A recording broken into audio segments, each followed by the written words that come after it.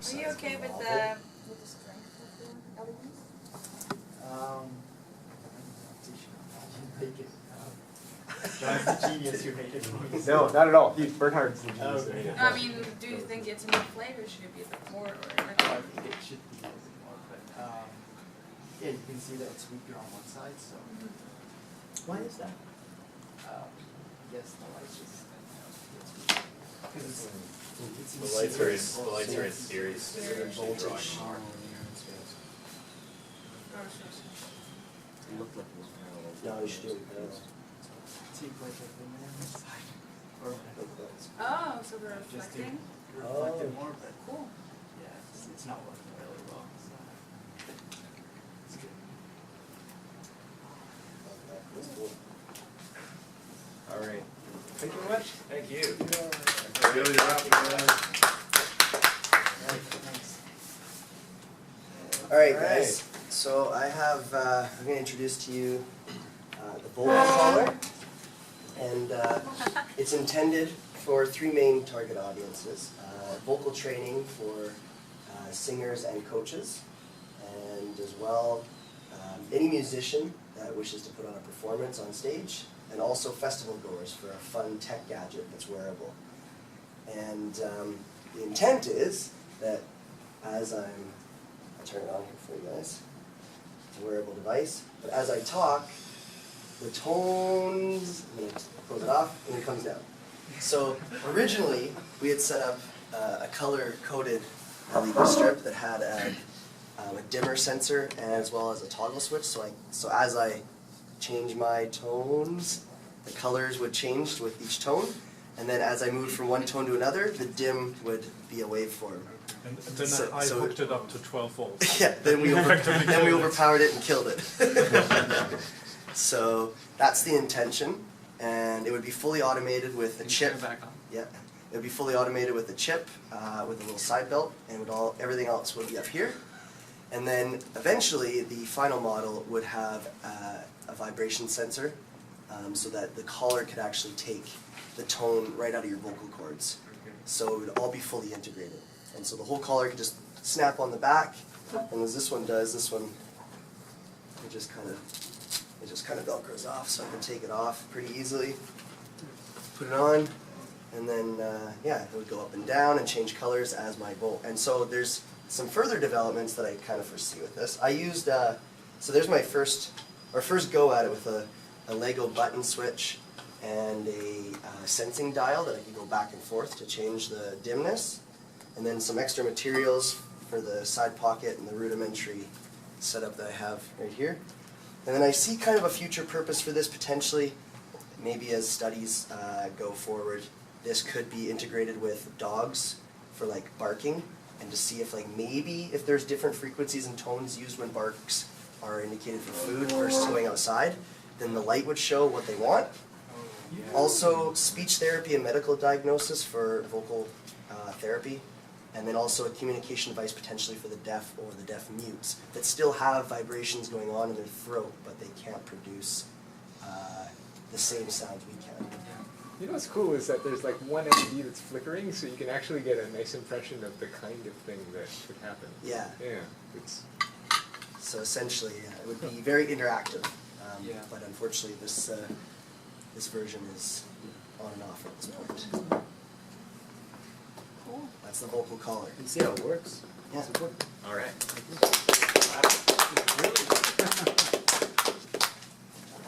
What made you start thinking down this road? Well, I originally wanted to do a light suit that was interactive to sound, and then I saw the interactive light piece that Justin was working on. I thought that's cool. That's kind of what I want to work on with a light suit. And then I was like, but I want to do it with a different instrument. And then actually just kind of brainstormed with Ryan. Ryan threw out the vocal collar idea in a sense. And it was cool because it made sense to actually do it that was integrated with your voice. So I wanted something that could detect sound, either by audible frequency or by potentially just by vibration. And so I wanted to play with a sensor that could do that and build out the light interaction from there. So, yeah. Beauty. The closest thing I've seen to something like this, there was a guy who made Halloween costumes for his daughter, and basically did the Halloween costume for the last couple of years, totally black suit all the way, except that he took like these strip LEDs and made like a stick figure. Yeah, the stick figure just all along, and it's really, really bizarre looking to see this little kid running around in the dark, but you see the stick figure running around in the dark with all these different colors. Yeah, because you can't see the rest of the... Yeah, you can't see her, you just see the setup. So, very cool. So you said something about deaf people using it to help them train. Yeah. So like other people, so if you have, deaf people can still use their vocal cords, but they just can't use them the same way. But they can, when they try to express something, there's many different range of tones and pitches that they can use. It's just not the same as us. So what we can do is learn by expression through what they're actually communicating, either by typing or writing, what they're trying to say, and then that tone can be matched to that, and then the caller could indicate a color so that when they do that, it could show emotion or a signal to the audience, to the person that they're trying to talk to. Because a lot of times deaf people or deaf mutes they'll try, but nothing comes out other than Yeah, I know it's really hard for deaf people to train their speech because they can't hear, they don't get the feedback. Yeah, so they don't get the feedback. A lot of people who are born deaf and even people who are just adapting, like it would be helpful to have some visual feedback to see that they're getting it right, you know, so they can target a different tone. And the way that I wanted to do it, the way that the color LED was set up, it had 8 colors, so 8 colors for the octave, and so it would go from basically actually 7 colors, so basically Roy G. Biv through the octave of your tones, and then as your tones changed between one color to another, it would dim in and out, so you could see how the transition was occurring. So it's mainly for the wearer, right? It's not only for the wearer. In vocal training, the coach can, you are indicating to the coach how your tone is, so the coach can tell you to hold it or bring you up to an A, and he can watch. He can watch if you're getting to an A or not, or to a B. And even the coach can use it to sing and record like a pattern or something, so the students can learn from that pattern. Yeah, and see from the color how sequence. the coach translates from whatever. I don't Like know, music. red, yellow, red, yellow. Yeah. And like there's a lot of, it's been proven to show that music is a very mathematical learning sequence in the brain, and there's a lot of people that actually associate color and geometric shapes when learning music. So interactive light and color can be an adaptive learning tool for learning music as well. Because I thought if it was on the neck, like they can't really see that. Yeah, it's not meant for them to see for their own learning, although they could. Or they could wear it here too. If it was interactive like a wristband, it could still respond as long as the sensor, the reason it's on the neck is because the sensor is a live interaction piece. Because then it reads from the vocal cords immediately. And you don't need an audible projection to do it, because it actually takes the vibrations on your neck. That's nice. Great. All right, thank you again. Okay, next up, project 4. Shall we move? No, bring it over. Okay.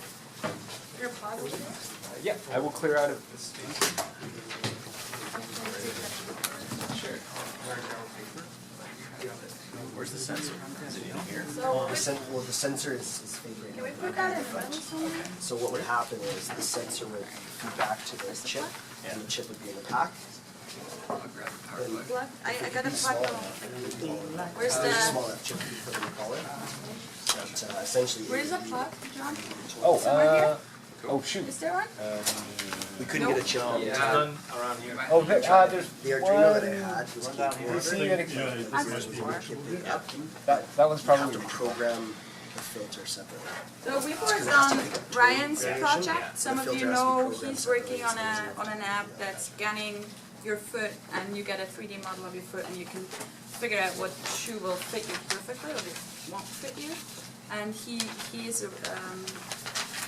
so what we started with so the target audience is people who buy a lot of shoes, possibly online, and 25 to 45-year-old, mainly women. and he's had trouble with getting the right lighting for the scanning. So essentially, in the future, they either will send out this like paper to stores or to people individually. It's not sure yet. So they can stand on it and scan their feet with their cell phone and figure out what shoe will fit them. So, and you need a lot of diffuse light to do the scanning because you don't want to have shadows. And he's had trouble with that. So we've started brainstorming, and we had way more complicated solutions in the beginning. And I don't know, somehow it just became more simple in the end. we looked at diffusers from, like, we went to photography stores and looked at different materials, or maybe trying to get it done cheaper with, like, maybe an umbrella fabric, sort of like this shower curtain thing, and get lighting from behind or in front. But in front you have the legs that also produce shade and all this different sorts of thoughts behind it, and different lights we wanted to try. But in the end we just soldered together strip lights, and yeah, you have sort of an indirect diffuse light. So you stand on it, like there's one foot and the second foot, and so far he's had troubles with the heels. Wasn't a good scanning in the heel part because the light wasn't good. So we hope to produce a bit more light there. Yeah. So before, the lighting was just coming off of It's just your yeah. lights? Yeah. Oh, okay. Which would create shadows. Yeah. It doesn't work. Exactly. So we just cut it and sorted it together in a different pattern. Okay, and you got, so the strip lighting and I guess those corner connectors, Mhm. those corner connectors come from the hardware store as well, is that Yeah. right? Yeah. Cool. So one thing that for future might be difficult is that you would have to be able to fold it somehow, or easy to, like, it would have to be sendable by mail. So the corners might actually not be the best solution because they're quite solid. Yeah. That would be a future change possibly. But the idea is that the people would have this in their home, they'd store it, they'd roll it up, they'd unroll Yeah. it, like store it next to their yoga mats. Yeah. And that kind of, it'd be that kind of formula. We also produced this little thing because it was like, connection was a bit not too good, so Oh, okay. yeah. So, But this does the doesn't information upload to like a computer then? Yeah, on your cell phone actually. So It too says- bad. So actually, Ryan's today is Today went really no, that's the soldering. That's okay. Ah, Thank you. yeah. Beautiful. That's right. So yeah, Ryan today he could probably show you. I don't know. It's some of it is I think only not for the public yet, so I'm not sure if he can show it. He had to head down to Seattle. Yes, he's talking to Nordstrom today about the very project. That's cool. That's awesome. He left this here. Yeah. So the target audience for the Yeah. prototype is not the client who wants to sell it to you. It's the class. Ah, good. Okay. Mail that to everyone. So how much would something like this cost? To produce? Yeah. It's really cheap. Oh, it's $15. That's cool. So the main cost in this is producing the non-repetitive image on the paper. And I think we spent a lot of money for it, but we already had that. Yeah. So this is important for, like, if you scan your foot, you want to have a reference Yeah. to reference That's size the to it. pattern? This is a pattern, yeah. It's a bit dark now, you can't see that much. You said- And then he added like the rings and the QR codes. It's also for the computer to know the position of your foot and to give it a measurement. That's great. What's the feedback part of it? How does it feed back into the phone? Like it hits the foot by sending light to it? Yeah, it's And then scanned. what picks it up? Oh, The camera. Cell phone app. Cell phone. Cell phone app. Just shoot the camera. See, just thinking about how this is set up, I will bet you that as it stands now, this is probably not the best setup, and I'll explain why. Okay. Because if I put this down, I don't think the right amount of, like, all this light is going this way, and Yeah. very little is going this way. Just because LEDs, they're usually specified for an angle that's coming Yes. out, and the angle's not great. This Ooh. does have that plastic stuff on top, and that does help it widen it out more, Mm-hmm. but not as much as you might think. So we stood in it, and you actually get a glow around your foot. Yeah. Yeah, it's It actually helps. it's better than I Yeah, thought. helps with balance. Did you try scanning? No. You know what? It's just it's all that plastic working stuff. Maybe it's better than I thought. This So when I is- put paper this on is top. fun. Yeah. Yeah. Yeah, I feel Lit on like if you could find a way to shield the lighting so it didn't shine directly into the camera Yeah, lens. the camera is blinded by the Yeah, infrared yeah. and, So if you, even if you created a sort of hood or something like that, Yeah. that would actually shield the LED from shining directly into the lens, you'd probably get a better reading.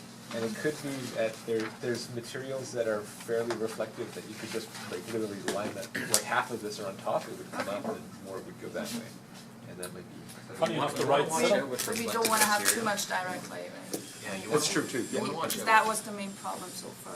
Oh, it's, and then making the shadows, Yeah. yeah. It's almost like the right setup for this would be the box the shoes are sold in. Oh, You you've stepped sell into the one of the box shoeboxes. with a rim of lighting and have the prints inside that give it the background, and the box can become the scanner for the next pair of shoes to be bought down the line. Oh, Jesus, yeah. It's amazing.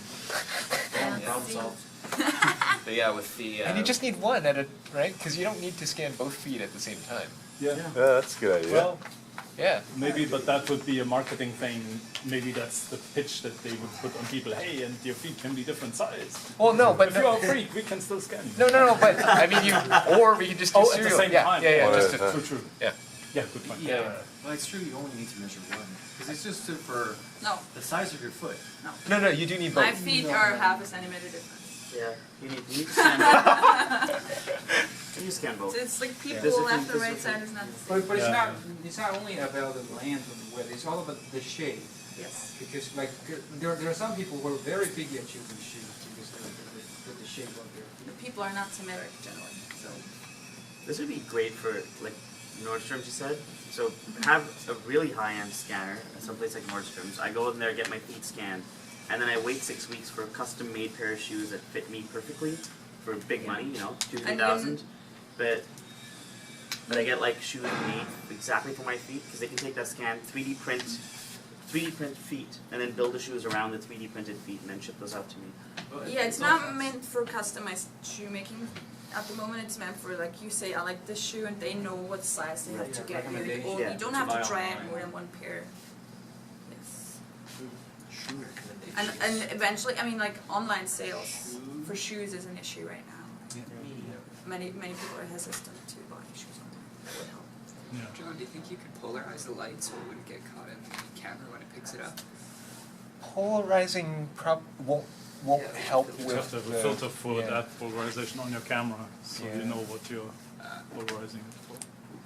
So you could do it, but and then there's the issue that as you go around, the polarization will change too. So, but potential options to help diffuse off the top or redirect more diffuse light to the foot, or yeah, kind of cool. So we were pretty happy with this kind of LED because it's not so bright, most are too bright.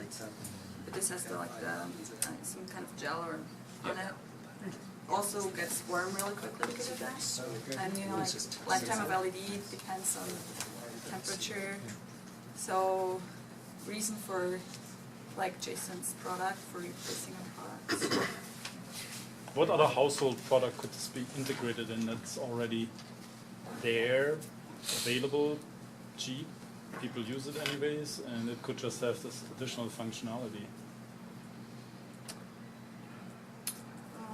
Floor mats, door mats, Yeah.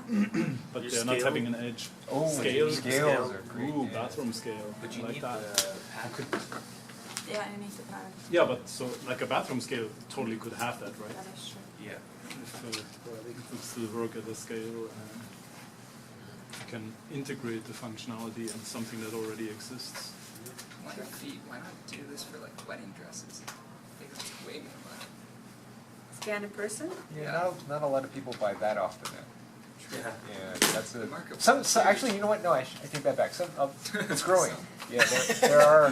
There's a growing market for repeat weddings. No, it's No, I just came across. No, Online the market, search. no, I know of people that have bought like, for the price of one wedding dress in Vancouver, they bought 3 wedding dresses online, Yeah. and then chose the one they liked the best, and then had it tailored to them, and it was still half the price. Yeah, yeah. So I take that back. You're right. There are reasons for people who do that too.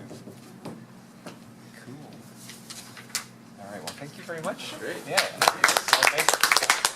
you're getting good use out of this one too. So, Justin, All right. you are up. I need to do Out of the way, and I'll proceed to. Sorry, can you just hold on? Where's my computer? Here it is. I'll email you guys the write-up.